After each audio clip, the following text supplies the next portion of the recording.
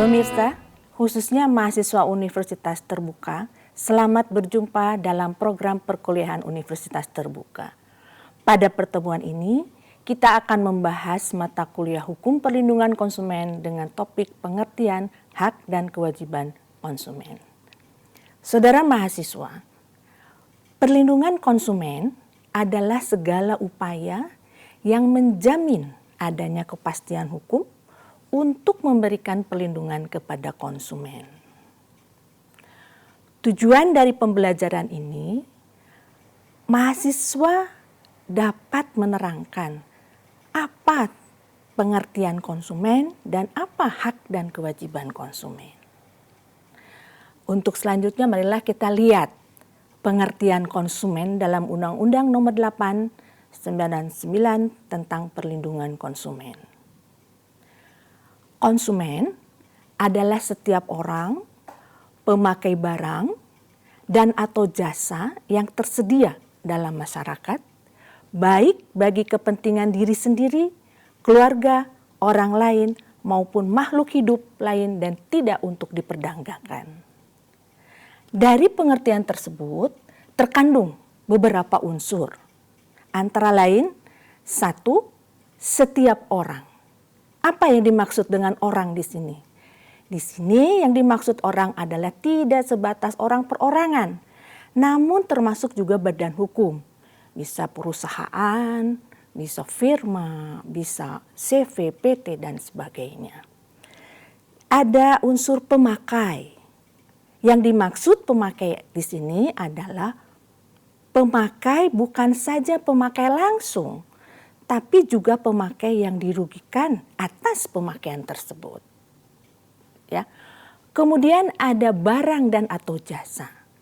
Barang diartikan setiap benda, baik berwujud maupun tidak berwujud, bergerak maupun tidak bergerak, yang dapat diperdagangkan dan dimanfaatkan oleh konsumen.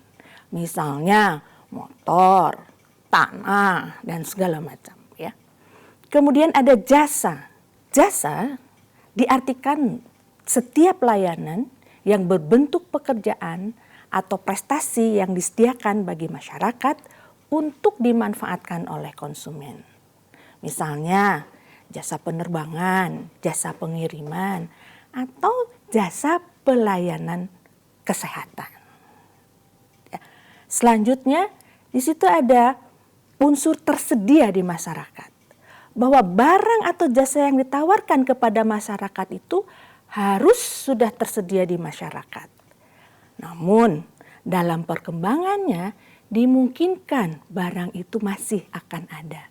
Misalnya pembangunan rumah yang akan ada.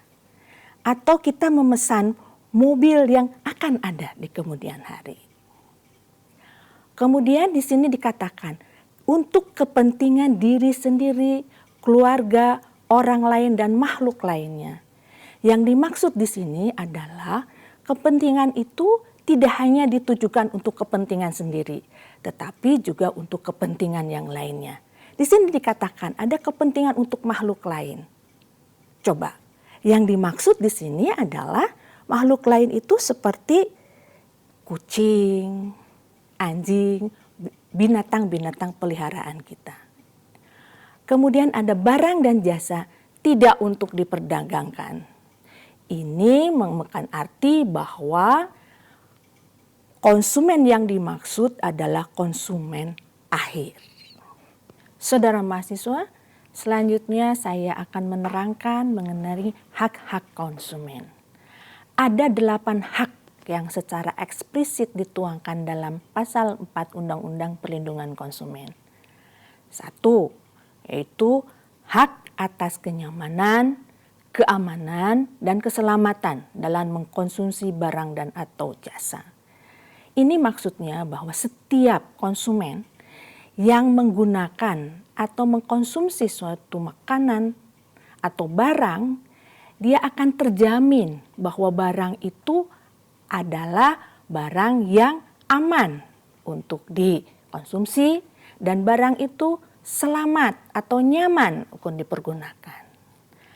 Kemudian nomor 2 adalah hak untuk memilih barang atau jasa sesuai dengan nilai tukar dan kondisi serta jaminan barang jasa.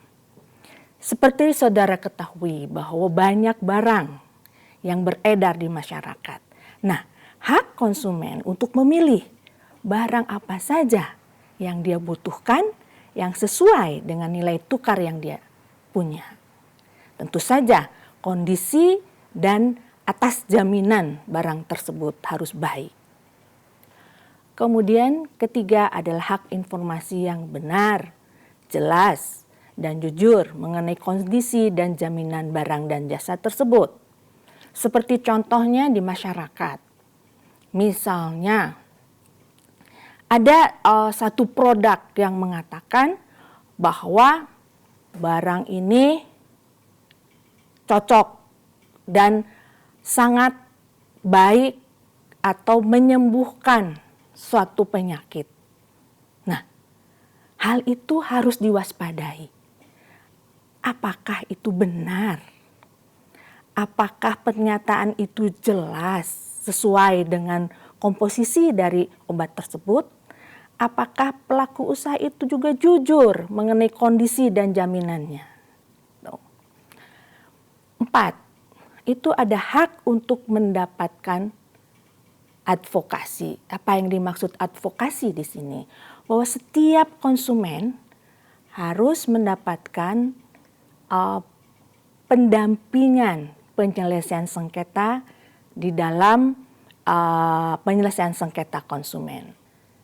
Saudara mahasiswa, hak-hak selanjutnya adalah hak untuk didengar pendapat dan keluhan atas barang dan jasa. Hak ini adalah hak konsumen, di mana konsumen apabila dia mendapatkan barang yang tidak sesuai dengan apa yang diharapkannya, maka dia berhak untuk mengeluh pada pelaku usaha. Kemudian hak keenam adalah hak untuk mendapatkan pembinaan dan pendidikan konsumen. Ini juga adalah hak konsumen, di mana kita tahu bahwa konsumen tidak semuanya cerdas, konsumen tidak semua teredukasi, maka ada satu pembinaan terhadap konsumen, bahwa konsumen itu harus mendapat pendidikan. Selanjutnya adalah hak untuk diperlukan atau dilayani secara benar dan jujur serta tidak diskriminatif. Nah, hal ini banyak di dalam praktek. Manakala konsumen itu misalnya, maaf, orang yang kurang mampu, suka merasakan ada sesuatu pelayanan yang kurang layak dia dapatkan. Nah, hak untuk dilayani secara benar dan jujur dan tidak diskriminatif itu hak yang sangat dilindungi oleh konsumen. Karena sebetulnya Undang-Undang Perlindungan Konsumen ini adalah undang-undang yang mengangkat harkat derajat dari konsumen. Yang terakhir adalah hak untuk mendapat ganti rugi jasa pegantian. Ini jelas. Pada saat konsumen merasa dirugikan, maka pelaku usaha harus memberikan ganti rugi. Saudara mahasiswa, selanjutnya saya akan menerangkan mengenai kewajiban konsumen. Kewajiban konsumen itu merupakan keseimbangan akan adanya hak dari konsumen.